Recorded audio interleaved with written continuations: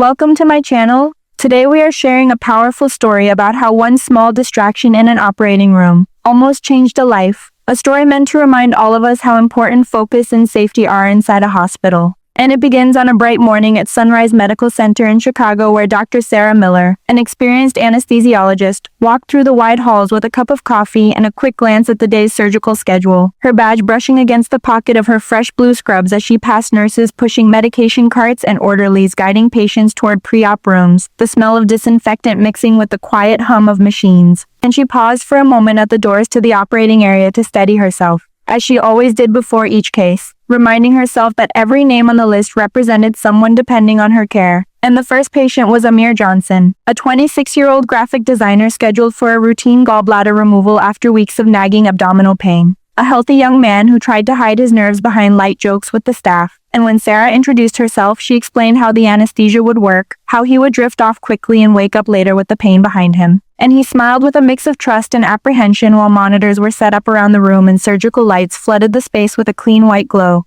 And as Sarah arranged her equipment on a stainless tray, she noted how familiar the steps felt, yet how much responsibility they carried, lining up syringes of clear liquid, checking the labels, listening to the quiet buzz of conversation between the circulating nurse and the surgeon reviewing images on a screen. And although everything appeared calm, the morning was short-staffed, and a call could come at any moment asking her to help with another patient. But she breathed in, centering herself on Amir's steady pulse shown on the monitor, ready to guide him safely through the procedure. As Michael settled onto the narrow operating table, a nurse adjusted the warm blanket over him while another attached the blood pressure cuff and placed small sticky pads across his chest, the monitors giving off a gentle rhythm that filled the quiet room. And Sarah focused on drawing up the medications, carefully checking the labels and amounts just as she had done countless times before. But as she lined the syringes on her tray, a call came through her headset from a nearby room where another patient was showing signs of distress. And for a moment her attention flicked away as she listened, nodding and giving brief instructions, then turned back to Michael,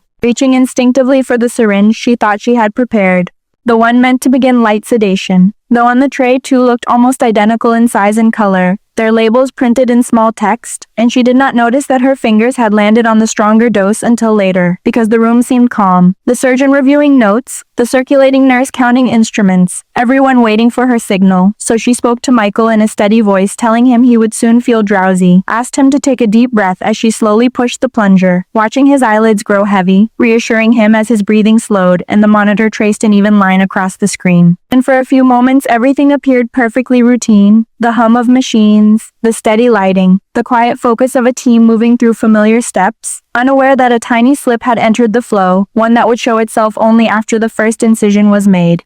Within minutes of the first incision, Michael's blood pressure began to sink, a soft warning tone from the monitor turning into a sharp alarm that cut through the calm of the room. And Sarah's heart lurched as she glanced at the screen and saw the numbers sliding lower than they should, her hands moving automatically to check the IV line, to listen to the hiss of the ventilator, to scan for any sign of bleeding. But nothing explained the sudden drop, so she called out for support, her voice steady though her chest felt tight. And another anesthesiologist hurried in, helping her tilt Michael's head to clear the airway while the circulating nurse opened a fresh bag of fluids. And the surgeon paused with scalpel raised, eyes flicking from Sarah to the monitor, waiting for a signal that it was safe to go on. The steady rhythm of a routine operation now replaced by a tense silence broken only by alarms and the soft clatter of equipment.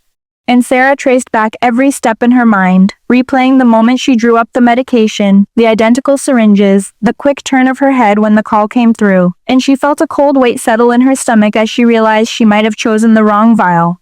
But there was no time to dwell, only to act, so she adjusted the oxygen, ordered a precise dose of a counteracting drug, and watched with fierce focus as Michael's numbers began to steady, the line on the monitor climbing back towards safety while everyone in the room held their breath, waiting for the signs that they could continue without risking his life.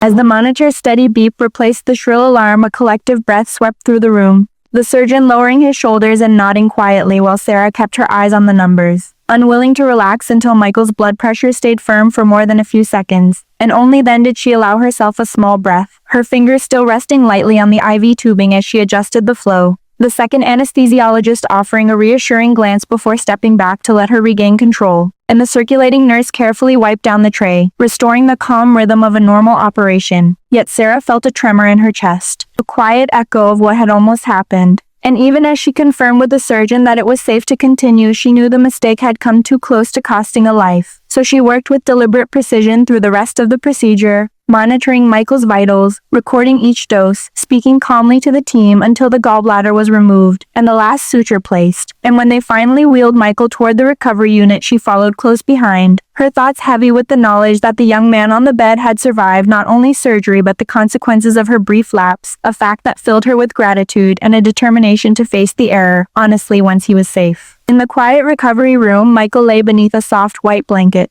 the steady hiss of oxygen filling the space while monitors traced calmer rhythms across their screens. And Sarah stayed nearby, her gaze fixed on each gentle rise of his chest until she felt sure the crisis had passed for good. Then she slipped out long enough to write a clear, detailed note in the chart, describing every step of what had happened, from the similar syringes to the call that stole her attention. And when she returned, she saw Michael stirring, blinking slowly as a nurse asked how he felt, his voice a little rough but steady as he murmured that he was fine, that he barely remembered going to sleep.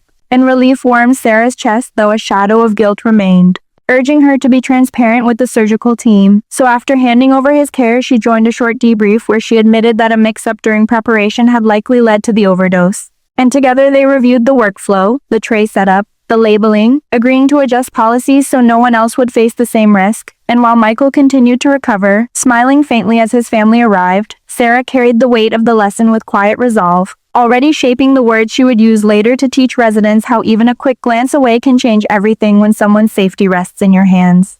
Weeks later, Sarah stood at the front of a small classroom in the hospital's education center, the morning sun spilling through tall windows as a group of new residents gathered with notebooks in their laps. And she told them about Michael's case, her voice steady but threaded with the memory of that day, explaining how the room had felt calm until a single distraction led her to reach for the wrong syringe, how quickly the patient's blood pressure had plunged, and how a clear head, teamwork, and swift action had saved him. And she spoke not to frighten them but to remind them that medicine is a human art, vulnerable to fatigue, pressure, and the quiet pull of competing tasks, yet strengthened by habits that slow us down and force us to double-check even the most familiar steps.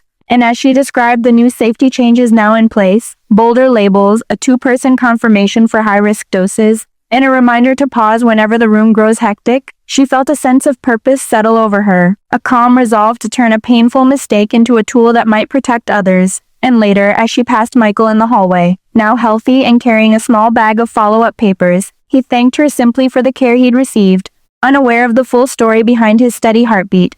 And Sarah watched him walk away with quiet gratitude, promising herself never to forget how one moment of inattention had taught her the most important lesson of her career, that every dose, every step, and every life deserves a pause long enough to be sure. Thank you for watching this story. If you found it meaningful or have a similar experience you'd like to share, leave a comment below, and don't forget to subscribe so you don't miss more stories about safety and learning in healthcare.